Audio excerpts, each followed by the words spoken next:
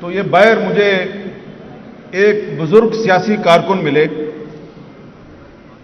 انہوں نے مجھے پہلے گلے سے لگایا، پھر میرا ماتھا چوما اور پھر کہا کہ بیٹا جی آپ نے آج خواجہ رفیق شہید کی برسی پر وہی تقریر کرنی ہے جو آپ نے 30 سال پہلے ٹاؤن ہال میں کی تھی.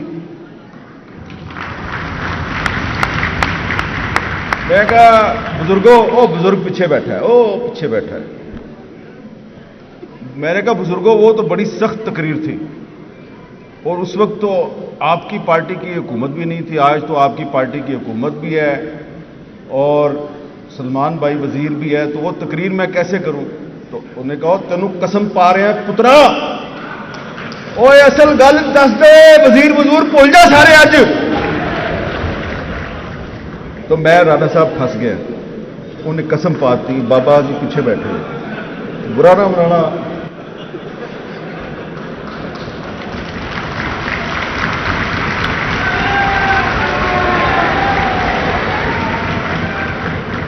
تو جب میں ہال کے اندر آیا، میں بیٹھ گیا سٹیج پہ. اب سٹیج پہ میرے ساتھ ایک اور بندہ بھی بیٹھا ہوا ہے، مسئلہ نمبر 2. اور وہ پتہ کون ہے؟ غلام حسین شاہد. اور میں نے کہا یار غلام حسین شاہد تم وہی ہو نا 1997 میں تمہیں تمہاری پارٹی نے ٹکٹ دیا ایم پی اے کا، پھر واپس لے لیا، اس کے بعد کبھی تمہیں دوبارہ ٹکٹ ملا؟ انہوں نے کہا نہیں. میں نے کہا بالکل صحیح ہوا ہے تمہارے ساتھ، کیونکہ تم اصلی سیاسی کارکن ہو، اس لیے تمہیں یہ ٹکٹ نہیں دیتے. تو کسی اصلی سیاسی کارکن کو بھی ٹکٹ مل جاتی ہے، لیکن زیادہ تر کو نہیں ملتی. اور ہو سکتا ہے کہ اگر رانا ثناء اللہ صاحب مسلم لیگ پنجاب کے صدر رہے اور بااختیار صدر رہے تو یہ جو بلدیاتی الیکشن آ رہا ہے اس الیکشن میں آپ میں سے بہت سے لوگوں کو شاید ٹکٹ مل جائے، اور اگر نہ ملے پارٹی چھوڑ دینا ہے. او بھائی غلام حسین شاہد نہیں بننا آپ نے. وجہ یہ ہے کہ خواجہ رفیق صاحب جو ہے نا، اب ان کی بات کرتا ہوں میں نے مجھے پتا ہے آپ سب کا محبوب قائد ہے خواجہ سعد رفیق، ٹھیک ہے، میرا بھی محبوب ہے،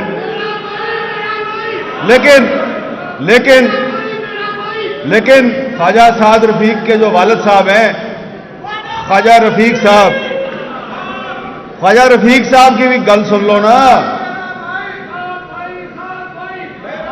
اچھا اب اگر آپ نعرے لگائیں گے میں باتیں زیادہ سخت کرنی شروع کر دوں گا، کیونکہ خواجہ رفیق صاحب نے تو مجھے یہی سکھایا. بھائی خواجہ رفیق صاحب نے مجھے کیا سکھایا؟ تحریک پاکستان کے کارکن تحریک پاکستان میں گرفتار ہو گئے، گرداسپور جیل میں بند رہے، اور یہ نہیں تھا کہ کوئی عام سے خاندان سے تعلق نہیں تھا، بھائی بڑے امیر گھرانے سے تعلق تھا. اور یہ جو تصویر لگی ہوئی ہے اس میں بھی انہوں نے ٹائی پہنی ہوئی ہے، تو میں بھی اس وجہ سے ٹائی پا کے آیا. خواجہ رفیق صاحب جب اسلامیہ کالج امرتسر کی یونین کے جنرل سیکرٹری تھے تو ایم یو کالج امرتسر کے جب وہ جنرل سیکرٹری تھے تو مجھے ایک دفعہ ایک سکھ نے بتایا، امرتسر کا سکھ تھا پرانا، اس نے کہا اس کی ٹائیاں بڑی مشہور تھیں، ٹائی بڑی اچھی پہنتا تھا اور بمبئی سے اس کی ٹائی آتی تھی جو اب ممبئی ہے. اور پھر وہ جب پاکستان بن گیا تو پاکستان بننے کے بعد جب مسلم لیگ کو جاگیرداروں نے ہائی جیک کر لیا تو سہروردی صاحب جو ہے انہوں نے علیحدہ پارٹی بنا لی عوامی لیگ.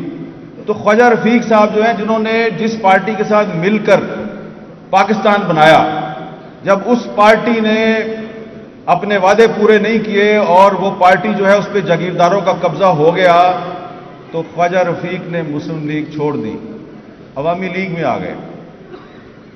اور عوامی لیگ میں آئے اور پھر جب محترمہ فاطمہ جناح نے ایوب خان کے خلاف الیکشن لڑا تو قائد اعظم کا وہ سپاہی خواجہ محمد رفیق جو ہے وہ اس جنرل ایوب خان، اس فیلڈ مارشل ایوب خان کے مقابلے پہ کھڑا ہو گیا اور قائد اعظم کی بہن کے ساتھ انہوں نے فیصلہ کیا کہ میں ان کو سپورٹ کروں گا. اور جب فیلڈ مارشل کے خلاف کوئی نہیں بولتا تھا تو خواجہ رفیق بولتا تھا.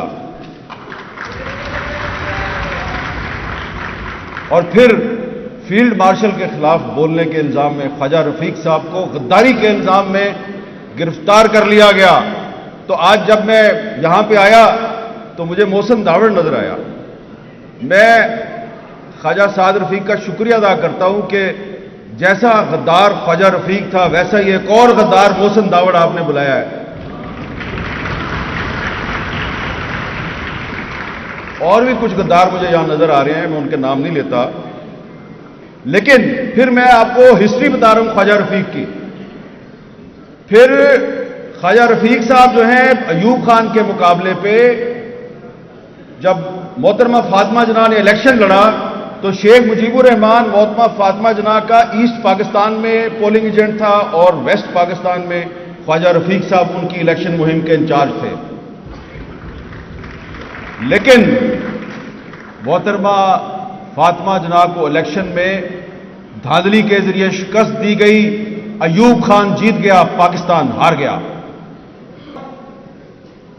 پھر 6 نکات پہ شیخ مجیب کے ساتھ خواجہ صاحب کا اختلاف ہو گیا.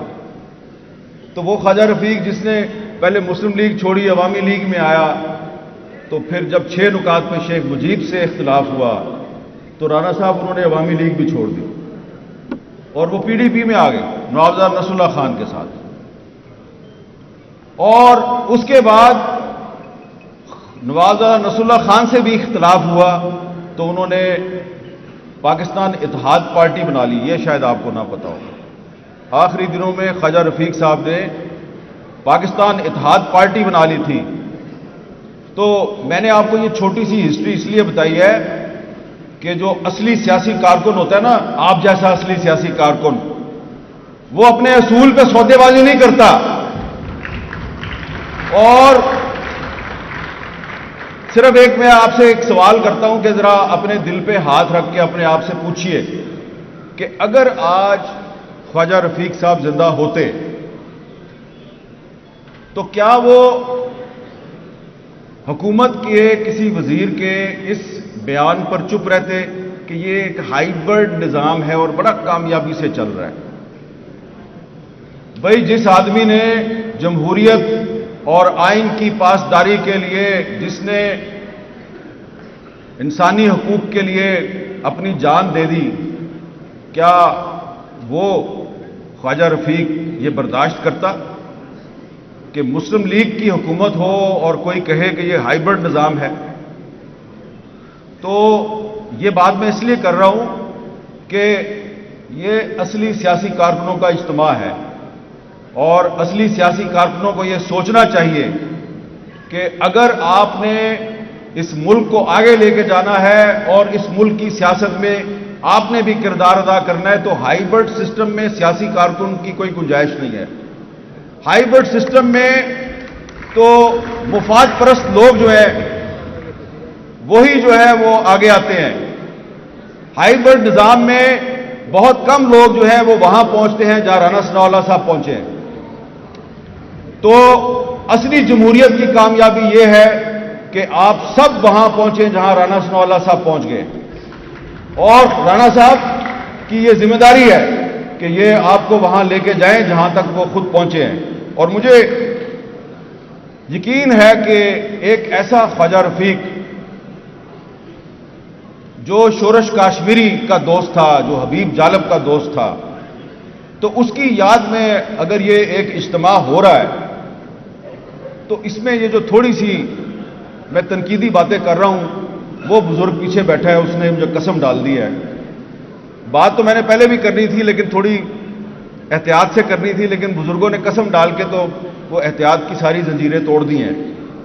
تو اس لیے خواجہ رفیق صاحب کے ایک دوست حبیب جالب تھے اور انہوں نے اس زمانے میں ایک شعر کہا تھا، خاک میں مل گئے نگینے لوگ، حکمران ہو گئے کمینے لوگ. یہ اس زمانے کی بات ہے.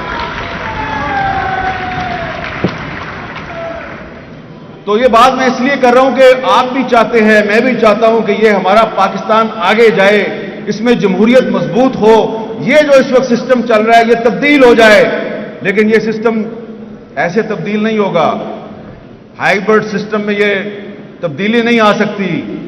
یہ تبدیلی اس وقت آئے گی جب آپ لوگ اسمبلیوں میں پہنچیں گے.